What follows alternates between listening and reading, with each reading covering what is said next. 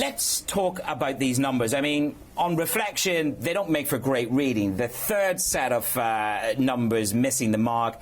Net new money isn't quite there. The markets are flying high. Why are these numbers not better? No, look, I'm actually very happy with the set of numbers that we produce here. It's a substantial recovery from the second half of 2018. And with 391 million net profit, it's one of the best results in the history of Julius Baer.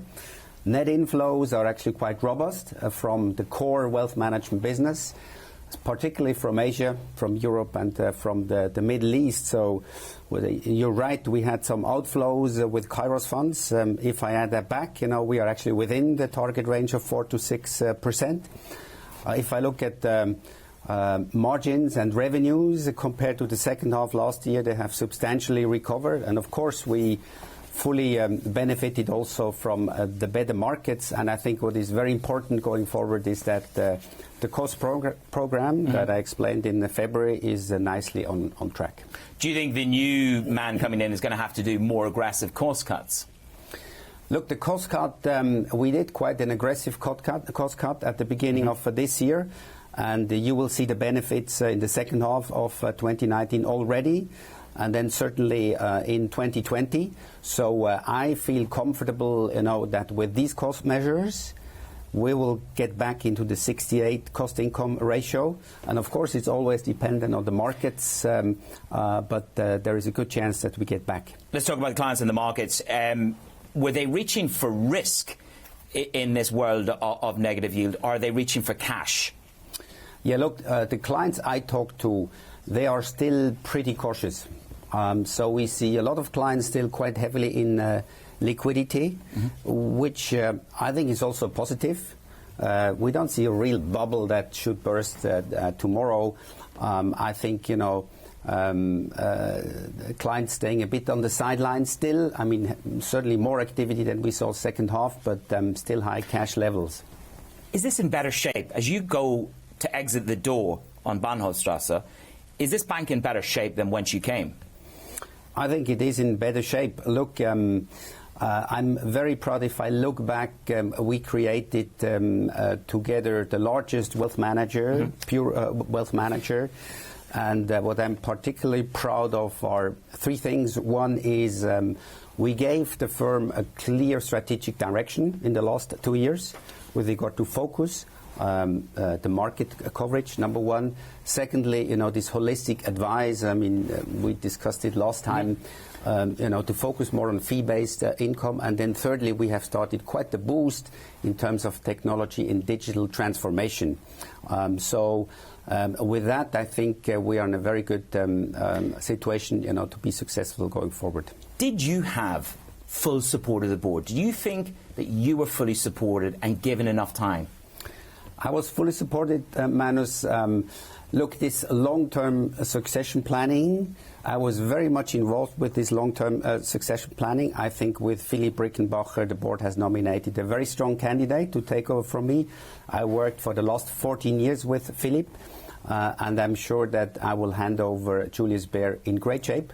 Was it and in good hands. Was it disingenuous for the naysayers out there to say that you were, for want of better words, just a caretaker? Not a caretaker. Look, I think I did more than just caretaking. I think we stabilized the firm. We calmed down, the market. But I did more. I mean, the strategic direction that we started to really work on the core markets quite heavily is not just caretaking. It is more. Okay. People on Bahnhofstrasse said to me, this brand was mortally wounded when Collardi went out the door. This is your moment really to have not a pop at Collardi, but it's your moment to riposte to that. Was it mortally wounded when Collardi left? No, because look, I mean, the franchise is something that we built together. And if I look at the team, the executive management team that built that together with me and Collardi at the time, still here, still going very strong. And as I mentioned at the beginning, we are the largest pure wealth manager globally. So we're going to go into a new phase. You've been here a long time. You've worked with Reckenbacher, the new CEO. Do I look at this stock then? How do I look at it? As a growth stock, or are we stabilizing? Because I've got to make my decision where to allocate between the three of you, Credit Suisse, UBS and you. So do you think that we're moving into a new phase of growth here?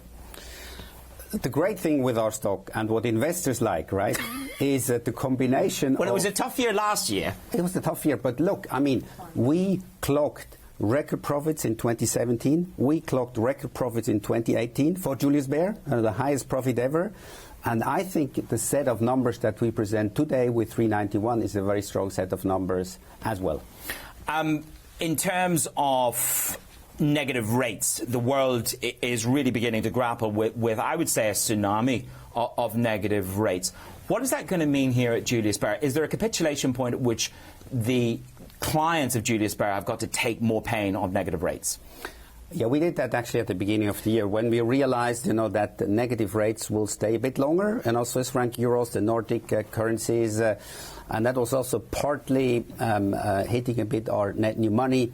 For us, what is important, Manos, is not only the level of interest rate, but also the steepness of the curve. So if I look at the US dollar, yep. The sort of inversion that we had for some time is not helpful for our business. Maybe some of our competitors suffer even more because, we have a balance sheet and we have also a credit book that we can use to invest sort of the liability side. But clearly, the negative interest rate environment is not helpful for banks. Just to close off then, in terms of this discussion around negative rates, what is the biggest unintended consequence for markets because of this movement? Look, it is very, very difficult for clients to come up with a nice asset allocation, and for us to advise on the right asset allocation. So negative interest rates is certainly not helpful. And what we have seen over the last couple of years is, try to offer alternatives to clients for liquid assets, and I think that's something that we have done quite well.